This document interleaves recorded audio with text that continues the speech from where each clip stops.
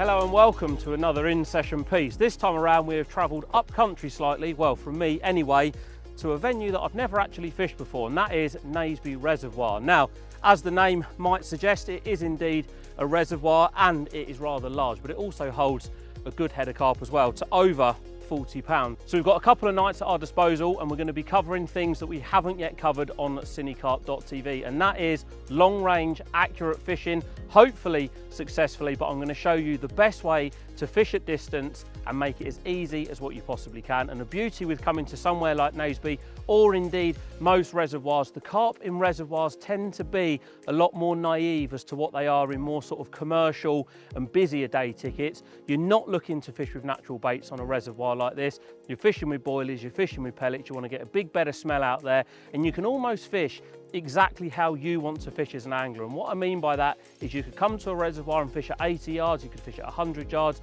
or you could fish at 120, 150 yards. But most importantly, it is all about being able to apply that bait and your free rigs on the same spot accurately time and time again. And as you can already see, I'm out in the water and I'm starting to put some bait in, trying to get a bit of an area established. Again, there's no spots. I've had a little lead around, there isn't any spots. It's nice and flat, it's about 10 to 12 foot deep. I'm going to put a big bed of bait out there now, and hopefully as these carp pass over it, they're going to drop down and we're going to get ourselves a couple of bites. So yeah, I've got about 25 more spawns to do, and I'm going to sit back and have a bit of a chill.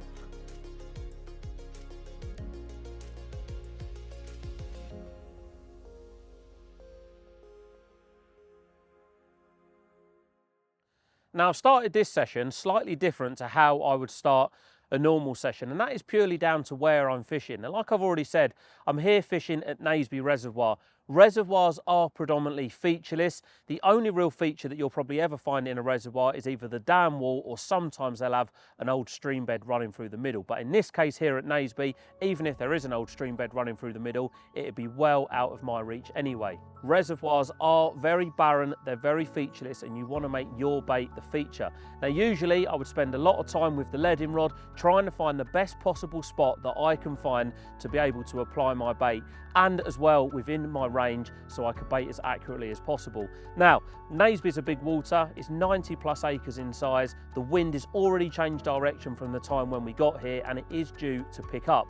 So what I've done is, knowing that my maximum distance that I want to fish is around 120 to 125 yards, given the conditions that we've got coming in. So what I've done is I've gone straight in and I've clipped the leading rod up to the maximum distance that I know that I will be able to achieve during the duration of my session. Now what I mean by that is I've looked at the long range weather forecast and I've gone to a range that I know I will be able to hit even when the wind picks up, as it is due to do tomorrow. So I've clipped the rod up at 30 wraps, I've chucked it out, I've given it a little pull back, it's nice and clean, I know I can present there, and I could spend forever and a day to try and find that perfect spot. But in reality, fishing on a big reservoir like Naseby, those little sweet spots just aren't there. The most important thing when it comes to fishing a big open reservoir like this, for almost semi-wild carp so to speak, is to be able to fish and bait as accurately as possible at a range that you can achieve, because ultimately when those carp come on you, they're going to clear you out, they're going to move on to the next person, and you're going to have to bait and you're going to have to be able to bring them back. Now one thing as well that is also worth considering when you're fishing on a big reservoir like this is a majority of these fish, in fact I would go as far as to say as all of these carp, are living out in the middle of the lake right behind where I'm fishing. And talking about behind, you're probably just going to hear now there is a tractor that's decided to start working just as we have decided to start filming, but I'm going to carry on talking anyway. So yeah, the fish are going to be predominantly living behind where I'm fishing, where the average angler can fish, because that is where they feel safe. And the one thing that I see a lot of people do, you know, this isn't just fishing on reservoirs, this is fishing on sort of linear or any other day ticket lake, is they will bait at their maximum when the weather allows them, but when the weather changes, they're unable to reach their spot. And it's also very, very easy to be able to achieve great distances with the spotting setups that are available today. You've got thin braid, you've got shock leaders, you've got nice powerful rods, and a lot of people can bait there, but they can't actually get rigs there. So what you want to do is you want to make sure you're baiting an area, and I know I keep saying it, as accurately and as consistently as possible, because ultimately that is what is going to get you more bites. Now, when it comes to the fishing rods, and this is something that I've learned from fishing abroad quite a lot. Now, the European anglers, they don't have lakes that are packed full of features. They have a lot of big open reservoirs, much like Naseby here, and their sort of philosophy and theories behind carp fishing differ slightly to ours, but they have great knowledge of working out how the carp feed and how best to catch them. So what I always do, and this is something that I've learned from those guys, is I will clip 2 rods up onto the baited area, I'll spod directly over 2 of the rods, and I'll put 1 rod a rod length or so behind. And the reasoning behind this is because that rod almost acts as a bit of a marker to know when the fish are entering your spot, because 9 times out of 10 it'll be the rod behind the bait that will go before the 2 that are on the bait. And what you'll find there is if the fish do come onto your spot and you do start getting bites, if for any reason they get a little bit spooked and they push off the back of your spot, if you've got that rod sat there behind your baited area and that starts doing your extra bites, you then know that if you fish your single hook baits past your baited area, that is going to be what's going to get you more bites. So that's a brief overview on how I've started my trip, and to be honest, unless I see something somewhere else that makes me want to move, I'll carry on fishing exactly like I am now, because the way that I'm fishing, I feel and I know personally is the best way that I can possibly be fishing here at Naseby. And one thing that it is worth mentioning, well, it's a couple of things really, I've always found that reservoirs tend to do more bites in the hours of darkness. Normally the reason for that is the fish are sitting out at range and it isn't till it gets dark or into dusk. Most of the time these reservoirs are sort of dominated by match anglers as well. The fish will come in and they'll start to feed, and as well, again, a lot of reservoirs, just like Naseby, has got a massive out of bounds area, and what you generally tend to find is the fish sort of back up into these out of bounds areas during the day, and then as it comes to sort of the evening and into darkness, they push out of there and they go on the hunt for food. These rods have been out about half an hour now. I'll probably give it another hour, maybe an hour and a half, and I'll put another sort of 5 to 7 spoms out. But again, like the mix that I've already knocked up, make it absolutely full of attractions. Loads of pellets in there, so they're breaking down at different times. So if any fish are passing, like say reservoir fish are moving in big groups, they're moving fast, I want loads of smell out there, loads of scent, and I just want them to hone in on it. And the more sort of bait I can drop through the water columns as them fish are swimming by, hopefully it's going to catch their attention. And very, very soon, we might even be holding up our first Naseby carp.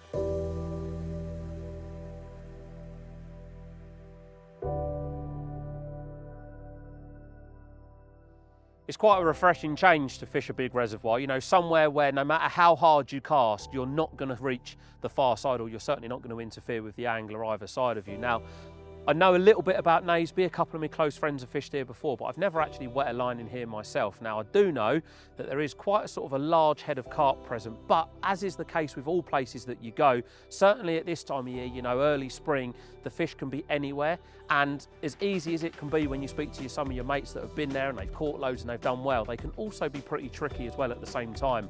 But I am told that sort of over the years the fish have progressed on and on and on, and recently it's done its very first 40 pounder. So I'm almost a firm believer that that probably isn't the only 40 pounder in it. There's probably a couple of those, but I think an achievable target for this trip, if I can walk away from here having had my first bite from the venue, first and foremost will be a major result.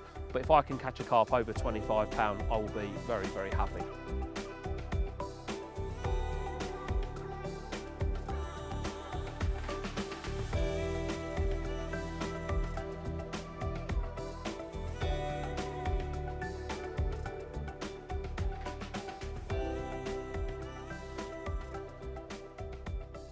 Fishing where I am and the way that I am, I've got a couple of rigs here that I feel are best suited for fishing at Naseby. Now, one of the things when you're fishing distance is ultimately you want to have a rig that is as anti-tangle as possible. You're going to be chucking these out, you know, 120, 130 yards. They go for a lot in the air, and believe me, if you've got rigs that have got sort of any form of kink in it, or you've got a supple hook link material tied to a stiffer material, it just gives that rig an extra little bit to potentially tangle. So like I say, I've got 2 rigs here that I know that no matter how hard I chuck these, that these are, well, one of them is never ever going to tangle, and the other one I'd be very, very surprised if it ever did tangle.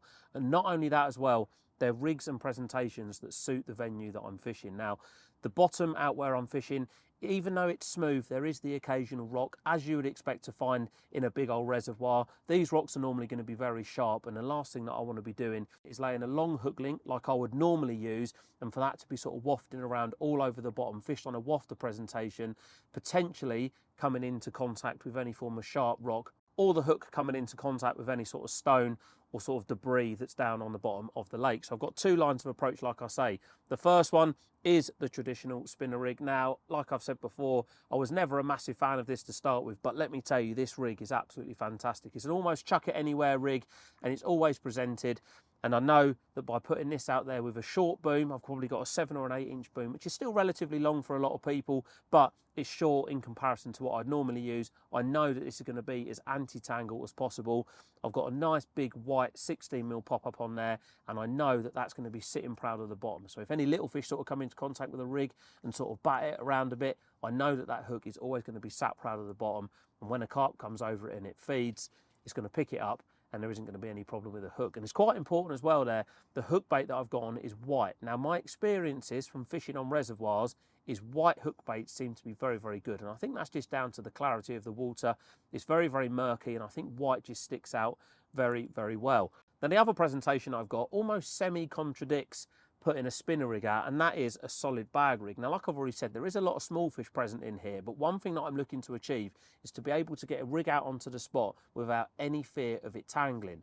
And also as well, it's all well and good chucking single hook baits out, but when you're fishing at long range, with crosswinds, with headwinds, with tailwinds, accuracy can sometimes be impaired. And I like to think that I'm pretty accurate. In fact, I would say I'm pretty accurate, but fishing on big places like this, when you're trying to fish at distance, and like I say, the wind picks up and you've got varying different bows in your line, until you start getting bites over that baited area, you don't know exactly how tight you are. Now, by starting off with a couple of solid bags out of there, it gives me sort of a couple of indicators. First and foremost, if I get a pickup off of this and it's a bream, I know that the bream are visiting the spot, they're eating the pellets, they're eating the bait that I put out there, and it sort of shows me that I need to top back up the area.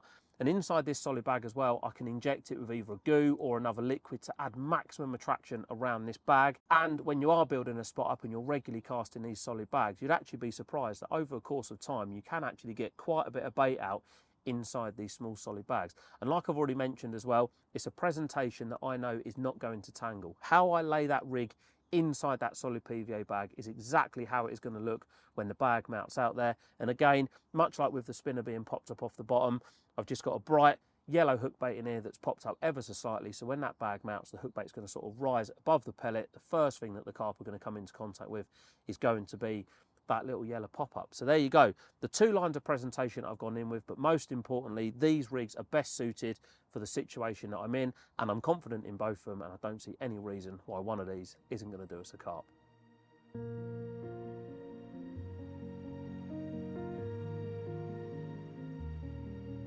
The rods have been out about 4 or 5 hours now, and since I first put them out, I've topped up twice, both times with 10 spoms over the top, so there's a fair bit of bait out there now.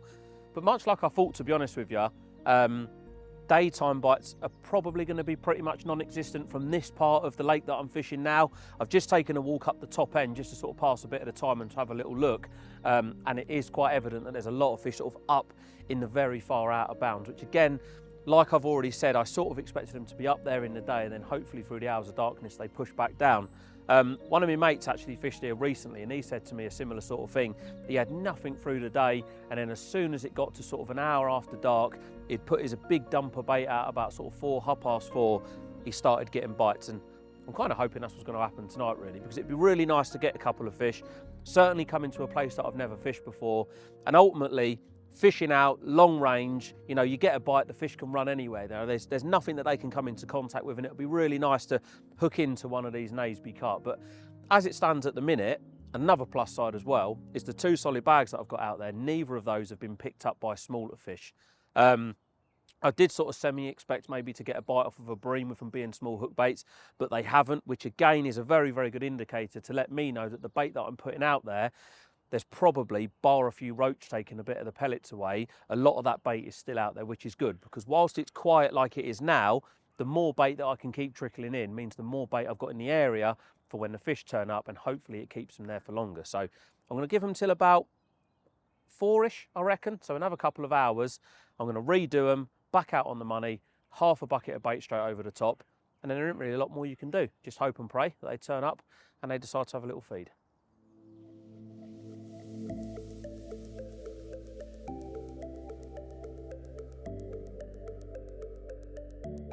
Well, it's drawing towards evening now, so I'm just getting a few spare solid bags tied ready for the night. That's another thing that's well worth noting. If you are fishing with solid bags, it's always worth having a couple on rotation, because if you miscast or you get a bite, there's nothing worse than sitting back in your bivvy with wet hands trying to dry everything out to then go and have to tie another solid PVA bag. I always have sort of 3 or 4 ready, as well as the couple of 3 that I've got out on the rods. Now, I'm going to tie this bag up, and one thing that I never really see a lot of people talk about is lead placement in a solid bag, because it is very, very important. You know, depending on where that lead is how that bag will fly, and you can place the lead inside the bag for various different situations. The fishing here at Naseby, I'm trying to achieve sort of maximum distance with the bags. I want them to fly true, I want them to fly straight, and ultimately I want them to hit the clip first time every time, because I don't want to be having to bring them back in and keep retying them, because as I'm sure you all know, fishing at range can be tricky at the best of times. So I'm placing the lead in the middle, but towards the bottom of the PVA bag. Now this is very, very important. The reason why you want the lead central is so the bag is weighted equally around the lead. Now what this will do in turn is, as soon as you made the cast, the bag will straighten up very, very quickly. There'll be no wobble, and therefore it will be achieving maximum distance. Now some people like to fish the lead up towards the side of the PVA bag. Now this is a very, very good way of fishing a solid PVA bag. And I know my mate Rob, he's almost famous for fishing the flatbed style solid bags, as he likes to call them. And basically what happens is when you chuck these out, the lead's obviously the heaviest part of the bag, that sinks first, and then all your pellet and your hook bait is sat nice and proud. But I found this to be very, very good for sort of short to medium range. And as well, I know quite a few people that place their lead in top of the solid PVA bag. And again, this is a very, very good method, but it isn't the best for when it comes to casting extreme distances, because the lead is trying to overtake the pellet, in turn everything tumbles. So what I'm doing now is I'm just tying the bag up. Now it's a little bit fiddly, because like I've already mentioned, when you tie a solid bag, how this rig is laid in here is exactly how it is going to look when it mounts. So I like to put the hook bait itself right at the bottom of the bag with the hook point facing down. I don't want the hook point to face up, and the reason why I don't, I will explain in just a second. I sort of leave the hook link running up the side of the PVA bag like so, grab a small pinch of pellets, and then I just trickle them into the bag, and what that then does is it holds that hook bait in place. So I now know that no matter how much I mess around with this solid bag, that is going to stay firmly in place. And all I'm doing is I'm just going to add another little pinch of pellets in there as well, just enough to give me sort of 1.5 centimetres, maybe 2 centimetres above the hook bait itself. And then what I'm doing, nice and centrally, I'm just dropping the lead in and almost giving it a couple of little pats down, and that then sets that lead nice and firmly in place. Now what you'll see is the hook link will actually be up the side of the lead, but what you've got to remember is when this solid PVA bag goes out, it lands on the bottom and it starts to mount. You've got the lead, and then a couple of centimetres in front of it, you'll have the hook bait. But because the hook bait's buoyant, it's going to sit up above the pellets. When the fish comes down, it has no clue how long that rig is. And what you generally tend to find with solid PVA bags is you get very, very good hook holds. And the reason that I think for this is because as the fish comes over it and it sucks the whole lot in, the rig, say 6 or 7 inches. Again, I do like to use a fairly long rig when it comes to using a solid bag. They suck the whole lot in.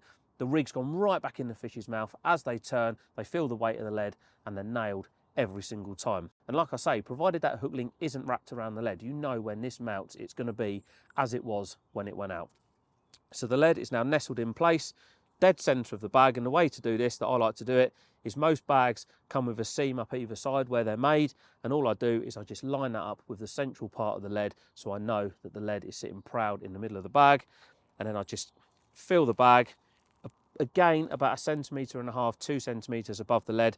A lot of people, they like to load them up with pellets. They make really long PVA bags. These are obviously good if you're dropping them from a boat or you're fishing short range, but to achieve maximum distance, I like to make them as small as what I possibly can. And then when I got the pellet in there like so, making sure that your lead core is coming up nice and central out the bag, then it's just a case of working your fingers around the bag and pulling it as tight as possible. And believe me, you can be quite hard with these PVA bags. You know, they do have an element of stretch to them, and provided they stay nice and dry and they don't get damp, you can actually really, really work them hard to the point where you can create a solid bag. And it's also worth mentioning now that the pellet mix you want to use has to be as small as possible. So I've got dust in here, I've got 1mm pellets, 2.3mm pellets, and I've got a few 4 and 6mm pellets in here as well. If you've got a nice small pellet mix, it's going to make the bags as tight as possible. And then all I'm doing is grabbing it between my thumb and my finger. I'm giving it one full twist like so, And then this is the trickier part, bit of fingers and thumbs, pulling off a fair length of PVA tape. You don't want to leave yourself too shorter ends to work with.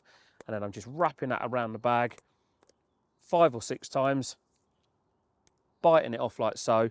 And then all I'm doing to finish this off is a double overhand knot. Now, you can as well, if you want, use a sort of solid bag stem, they're called. And what that does is it almost makes the lead look like it's a bit of a lollipop. So if you're not happy with sort of pushing it down, twisting it and tying them off, you can in turn lick and stick them. Both methods are really, really good. Lick and stick obviously works better if you're looking to sort of do a bit of speed fishing, but here we're nice and chilled. Trim the ends off like so. Again, this is another bit that multiple times I've cut through the leader. Don't want to do that. Trim that top end off there, trim that top end off there. And then all you're doing then is going down into each corner. And obviously one of these corners has got the hook bait in, one hasn't. I always like to work with the one with the hook bait in first, more so because you've got a little bit more give on the PVA and a little bit more give on the hook bait. And the last thing you want to be doing is pushing that in and splitting the hook bait. And once you've pushed that in, simple case of licking and sticking the corner in, holding it down for a couple of seconds, round onto the other side, exactly the same, giving it a little push in, lick and stick, tiny little bit of saliva, you don't need a lot. Hold that down for a couple of 3 seconds, and there you go. A rock hard, solid bag, ready to chuck to the moon. We're not quite.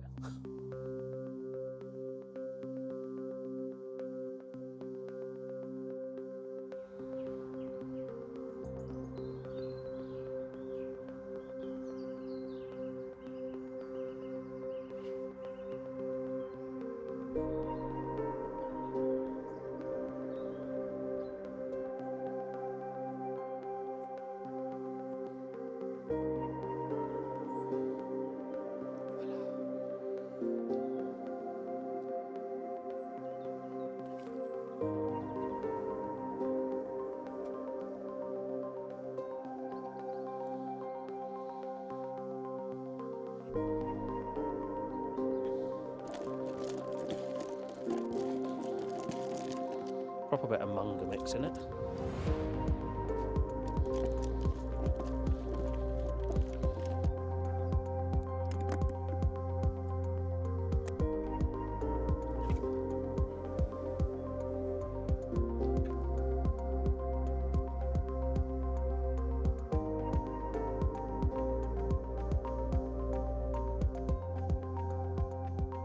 Well, the rods went out as good as I could have expected. All 3 of them out on the clip first time, and I ended up putting about 30 to 35 spoms straight over the top.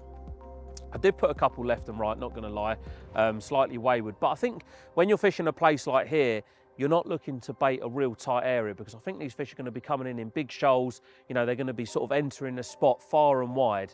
And if you've got a bit of a spread of bait out there, it's going to keep the fish sort of in the area for longer anyway. Well, that's my excuse for a bit of poor spomming. But yeah, it's nice to actually feel that spring is finally in the air. You know, the birds are going mental. There's a few mozzies even dotted about.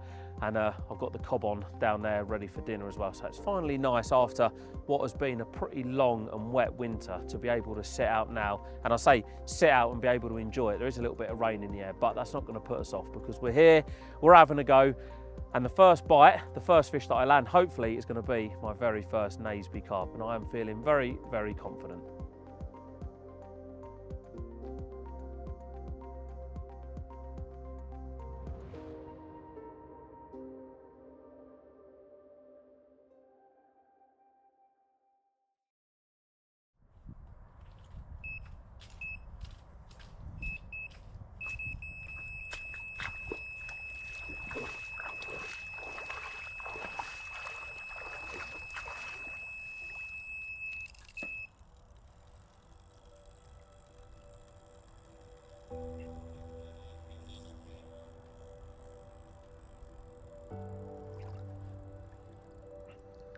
Well, after what has been probably one of the biggest downpours I've seen for a very long time, I've just had my first bite on the middle rod.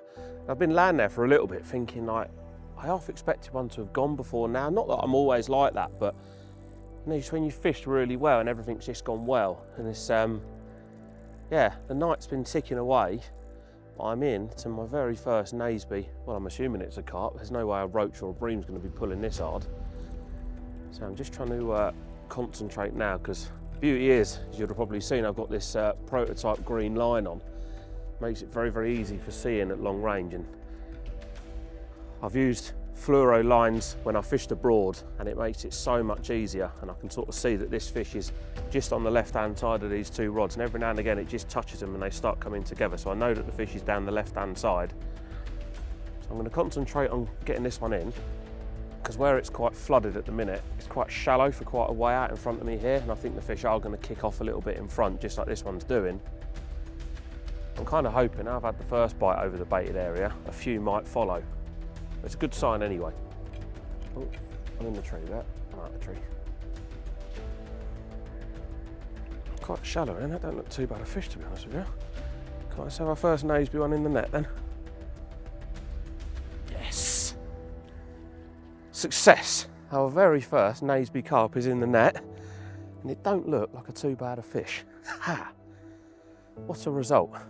But what we are going to do is get the rod straight back out and put some more bait out there, because like I've already said, when these reservoir carp come over you, they can clean you out in seconds, and as quick as they're on you, they're off of you.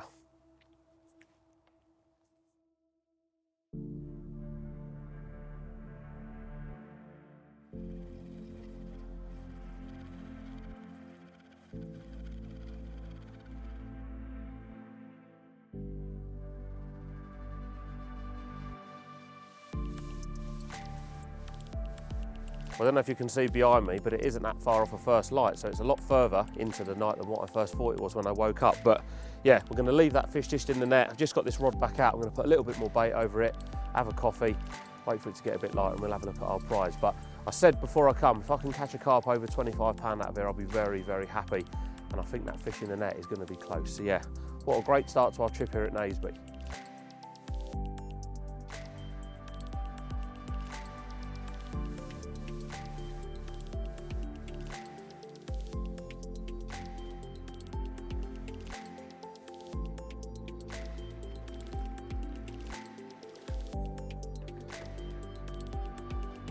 Hey up, 31.5 pounder. Don't mind only getting one bite when it's that big. Oh, what a touch. 30 pounder, first bite out of it. I don't really care what happens now. Well, how about this then? You don't mind your first bite from a venue being like that. 31.5 pound of Naseby mirror carp. It may have only been the only bite of the first part of the session, but what a fish to catch and what a fish to break your duck with. 31.5 pound. I've already said a realistic target would have been a fish over 25 pound, but to catch a 30 is beyond my wildest dreams. Oh, I can't even tell you how happy I am. Another open access day ticket venue and another 30 pounder, and we've still got a night to go. I'm going to get this one back.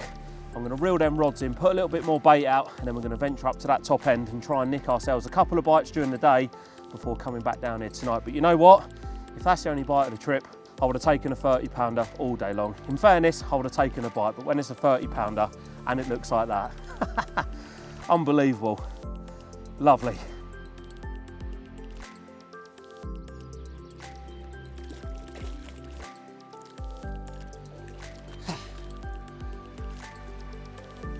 Voila.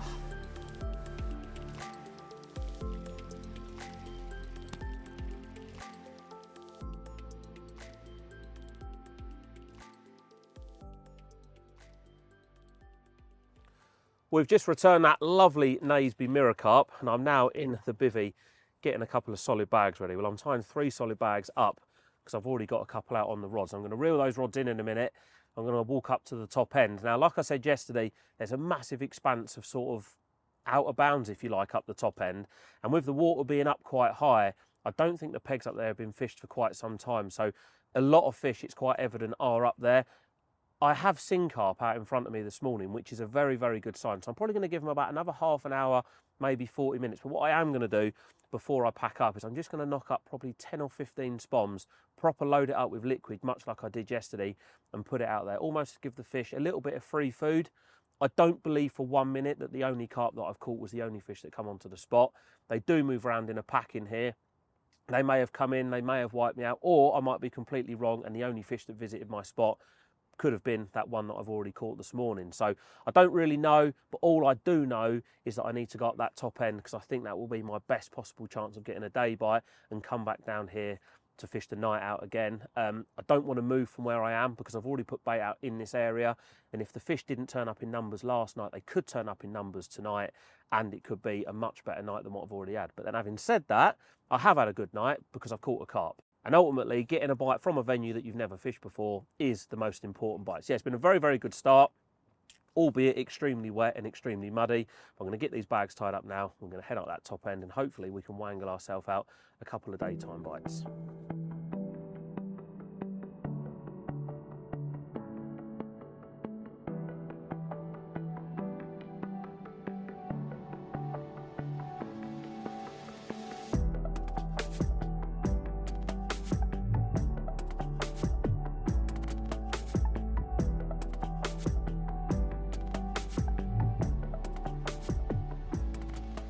Well, after a bit of a slippery walk through the mud on the way up to here, I'm now at the very end peg. And even when you're standing here, there's probably still 15, 20 acres that no one's ever going to be able to fish, not unless they put pegs out there anyway. But on the plus side, we have seen a couple of fish.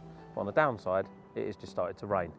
But we've walked up here now, so I'm just going to put 3 solid bags. I'm not going to aim them at anything in particular. I'm going to fan them out nice and equally apart, give it an hour, hopefully this rain passes, redo them, and just sort of search out around up here. The fish that we've seen, like I say, have been right under the far margin, which, with the best will in the world, unless you've got a bait boat, you're not getting anywhere near them. So hopefully there's a few more that are closer in. But yeah, this is the very end peg on Naseby, and let me tell you, it is a mission of a walk. Hope it don't crack off.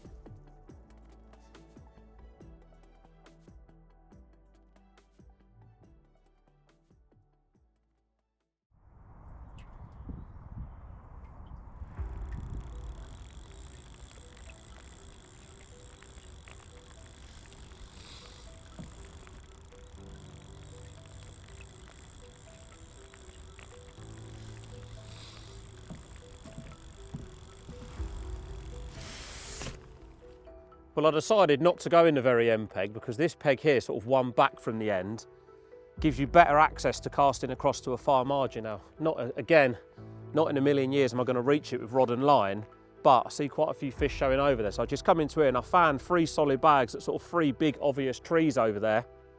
And Brad had just gone back down to where the bivvies were just to get a bit of shelter, because as you can see, it's chucking it down. And the right hand rod has just ripped off. So yeah, we are into another Naseby. Well, I'm assuming it's a carp. And what was mad as well is there's a couple of grebes working around the lake, and they'd literally just started bobbing over where these bags were, and one of them had gone. Now, as you know, I sort of pay quite a lot of attention to what the birds on the water are doing, and they're only there because there's normally fish there. And as this proves, there clearly was a few fish there.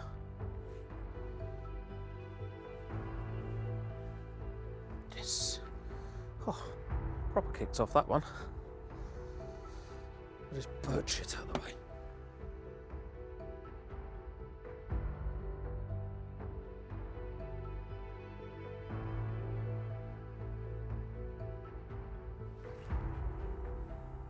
It's a good chuck. Get up the grebe.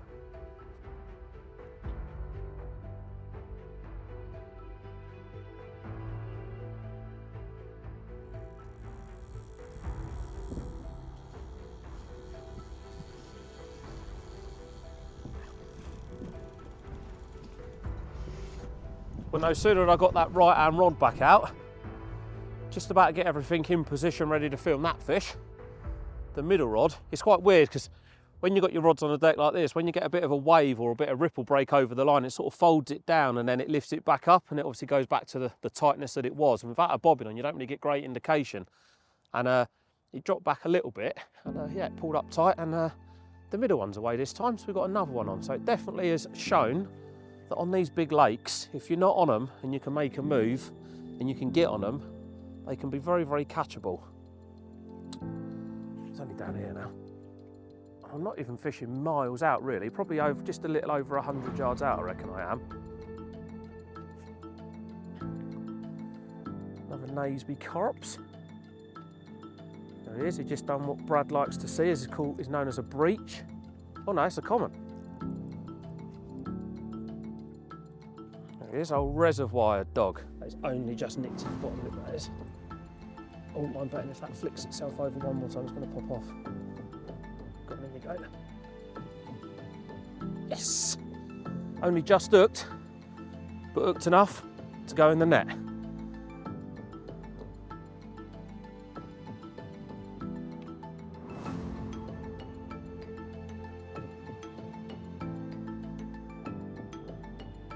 I don't think this was even that far out. Got you a good bag, that one. Lovely plop, that.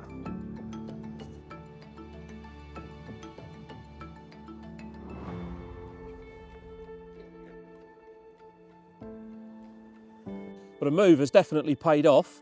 This is the first one of 2 bites in quick succession. Again, another Naseby mirror. Probably, oh, it's going to go a little bit mad. Probably somewhere in the region of 21 to 23 pound. I'd like to say I could weigh it, but my scales are down in my bivvy, and we've sort of travelled up here as light as what we possibly could have done. There you go, one last little look at him. And what's even more special is the double take, or the second part of that double take, should I say, was in fact a common. Now I am told that commons are very, very few and far between here at Naseby. So yeah, so far we've had a very, very good trip. 3 fish, we've had a common, which is super rare, a really nice 20, and we've also had a 30 pounder. So yeah, the move has definitely been worth it. Probably gonna give it about another half hour, 40 minutes. I'm gonna go back into the peg that I'm gonna do the night in, rod's back on the spot, and hopefully there's a chance of another one before we leave in the morning. Splendid.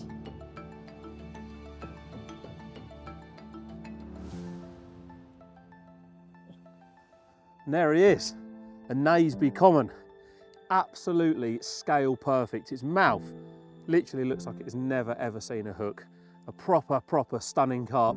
And like I've already said, they're mega rare to catch a common out of here. It's definitely been a great first visit to Naseby. And like I say, we have still got a night to go, so you don't know what is around the corner. There's fish in here up to over 40 pound. And with how much water is in here that's out of bounds, there's probably fish in here that haven't been caught for years and years and years. So who knows how big they can be, but well worth the move, even if I've had to sit out here on the end of this platform in the rain for most of it. But yeah, look at that, a fine Naseby common carp.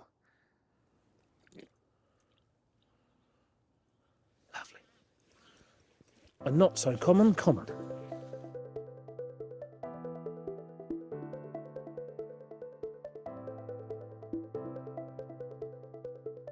So the move was definitely worth it, you know, coming away from the peg where I fished last night to sort of make the most of my time here, which is what I try to do with all of my fishing really. If there's an opportunity, make the most of it. You know, I don't want to be driving away from here tomorrow thinking, if I'd have moved up there, would I have caught a couple more? Or if I'd have done something else, you know, would that have sort of brought me an extra bite or two? And definitely, like I say, coming up here, as I say, turn the session around. I've already had a 30 pounder, but it's sort of added to the session. You know, I've been able to come up here and get myself a couple of bites and also explore a different part of the lake. Now, as I've already mentioned, a tactic that I'm using here at Naseby is solid PVA bags. Now, solids are a method that I know I should use a lot more, and sometimes I probably do become a little bit lazy when it comes to tying them up, because they can be not fiddly, but you need to be set for fishing with solid bags. You know, you need a little workstation, somewhere where you can keep your hands dry, but they are a tactic that work time and time again, and none more so as we start to go into spring like we are now. And as you can probably hear by my left-hand clutch, true to form, it is spinning and we've got another bite.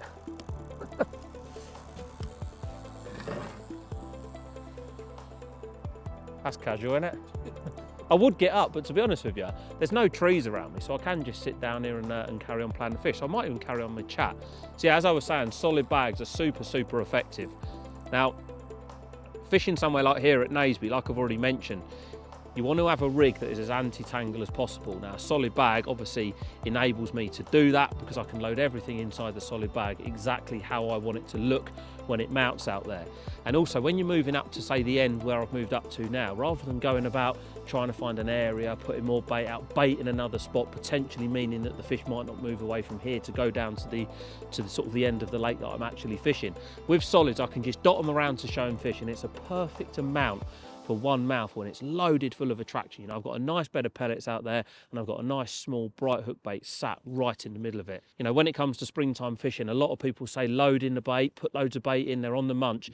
Sometimes singles or solid bags can be massively effective. And one thing, and one bit of advice I would always give whenever you're fishing with solid bags is when I'm chucking them out, when I get a bite, I mean, I'm not going to clip this rod up now because I'm not going to be fishing here much longer. We are going to actually be going back down to swim after I get this one in. Is almost sort of keep an eye on the direction of where you're casting it, because you can build a bit of an area up with solid bags. It might not look like a lot of bait what you're putting inside them, but sort of 3 or 4 chucks to the same area of a solid bag, you soon start to establish a bit of a spot. And like you've already seen, and as you can see now as I'm playing this fish, solid bags are an absolutely lethal tactic.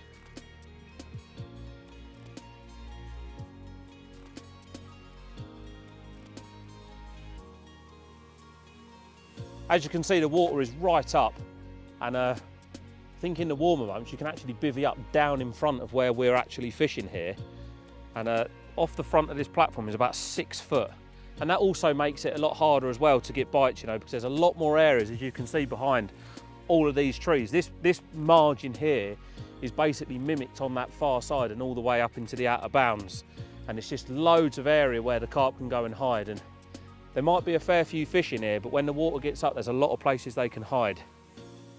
But nothing that the power of the old solid bag can't sort out.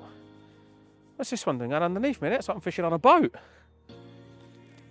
There he is, the old scaly. That'll do. Well, that one rudely interrupted us, didn't it? But we're not complaining. Another fish. Another fishy.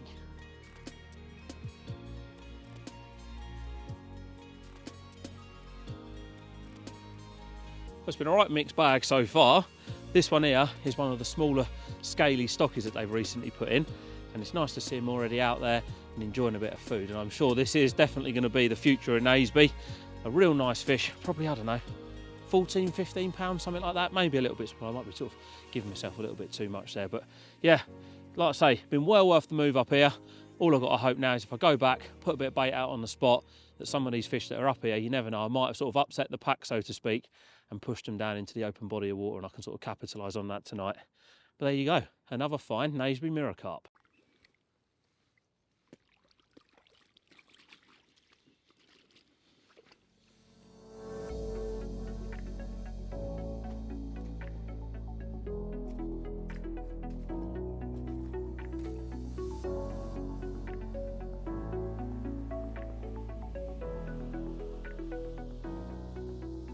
When it comes to reservoir fishing, my baiting approach changes quite a lot really compared to the majority of the fishing that I do. Now, with reservoirs, they're normally massive open expanses of water, usually unable to be controlled either via netting or electrofishing to remove any of the silver. So they are normally heavily populated with a lot of silverfish. You've got your rudd, your roach, and a lot of skimmer bream. Now, a majority of my fishing will at some point involve using natural baits. Now, coming onto a large reservoir using natural baits is a massive no-no.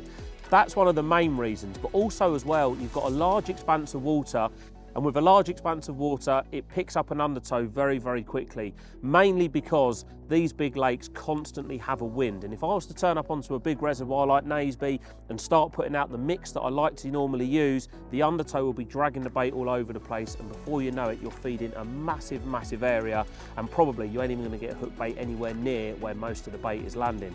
So I keep it very, very simple.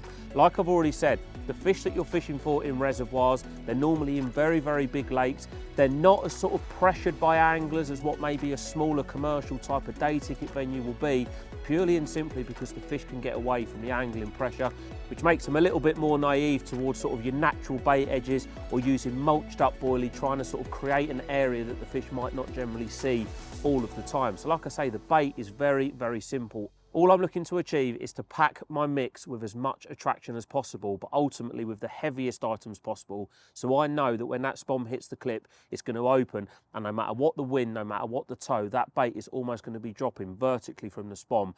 So for this trip here at Naseby, I'm keeping it very, very simple.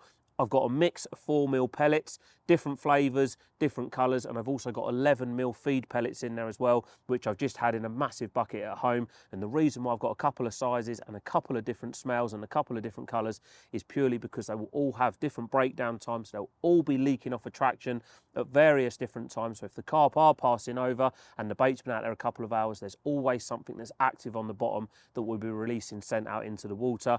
And secondly, straight boilies. Now I've washed these boilies out like I normally do before I come fishing.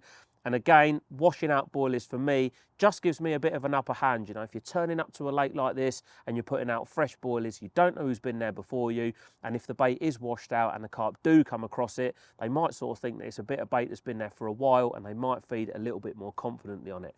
So as I always say, whenever you're going fishing, you need to know the reasons why you're doing what you're doing, and ultimately why you're using them on the venues that you're fishing. And here at Naseby, it isn't about trying to be massively technical. All it is being able to try and fish as accurately and as efficiently as possible at long range to try and make the most out of your session.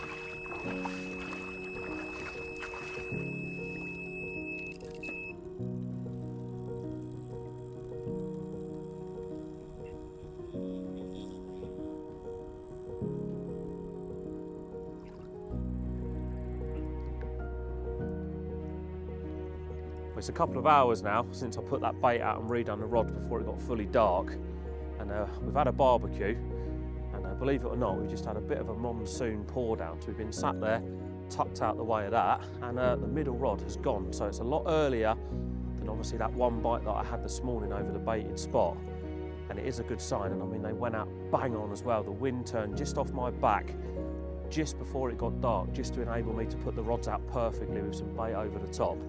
And whether that's made a difference or not, I don't know, but there was also quite a few more fish showing behind me this evening. And yeah, you never know, this could be the first of many tonight. Could be a busy night, which is what we like. Lovely size in here, these fish. That's another good upper double, possibly a 20-pounder. I don't know, maybe I was a bit ambitious. No, it's not a bad fish, that'll do. Ha! Another one. Oh, I love fishing. Didn't you, brothers? Oh, I'm freezing. I'll have to give you a cuddle in a minute. No, teeth are chattering. I'm not going to go to the effort of getting this one out onto the mat. Hopefully he behaves just so you can have a quick look at him. There we go. Oh, oh, oh, oh, oh, oh, oh, oh, oh. Oh, he's active, he's active. I hate that when you get wet cuffs. There you go. Another nice Naseby mirror carp.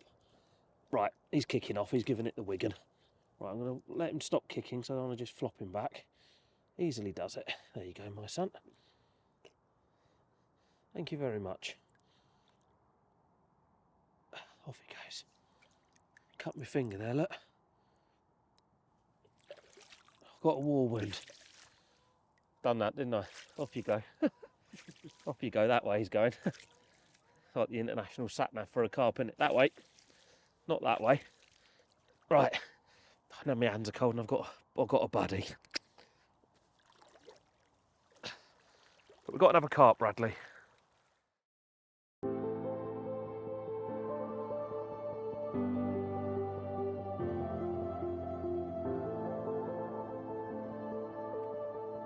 Well, it's the final morning. We've got to be packed up within the sort of next hour, hour and a half. The weather last night, let me tell you, was absolutely horrendous. It's not very often that I get put off by fishing in any sort of weather, but it was just horrible last night. The wind, even though it's coming from behind us, there's a load of fields and there's sort of a bit of a hole, a bit of an opening where Brad's bivvy is, and the wind sort of funneling through that, and it was ripping through there at a rate of knots. And also it was pretty cold. I think it dropped down to 3 degrees. So even though we are in early spring, let me tell you, we're not out of the woods yet when it comes to getting away from all of this horrible weather. I had a couple of bites in the night from smaller fish, I don't know, maybe 16 to 20 pound. Bad of me really, but I never woke Brad up, purely and simply because A, I didn't want to get him out of bed because he looked too comfortable to get out of bed.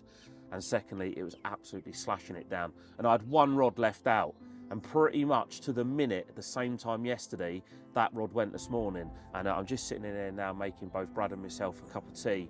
And yeah, it's another good one. So we're going to end on that fish. Even though we didn't get any footage of the fish coming in because it was raining that hard, we've finally got a little bit of a break in the weather, and we're going to get this fish out, and that is going to be our very final fish from this Naseby trip. It's not often that I look forward to going home, but I think I'm looking forward to just getting away from all this mud, getting out of the cold, and all I'm dreaming of at the minute is getting my gear about 3/4 of a mile back over that damn wall to the van and heading for home. But it has been a fantastic session, better than I could have ever expected it to have gone. The mud, the rain, that's all just part of it, I suppose. But yeah, Naseby is definitely a venue that I'll be returning to. I'm actually surprised that I've never fished here more before, you know. It's a fantastic venue. You can almost catch the carp how you want to fish for the carp. There's no real sort of desired tactic that you have to come here and you have to do. You know, everyone can come here, you can fish how you want to fish. There's loads of decent fish in here, as you've already seen, and the fish that I've got in the net, I would say it's up around a similar size to the bigger night I had on the first night. So yeah, the average size of fish is really good. The venue itself is absolutely fantastic. And yeah, if you haven't, check it out. Naseby Reservoir, it is definitely a place where I recommend you should go and do a little bit of angling.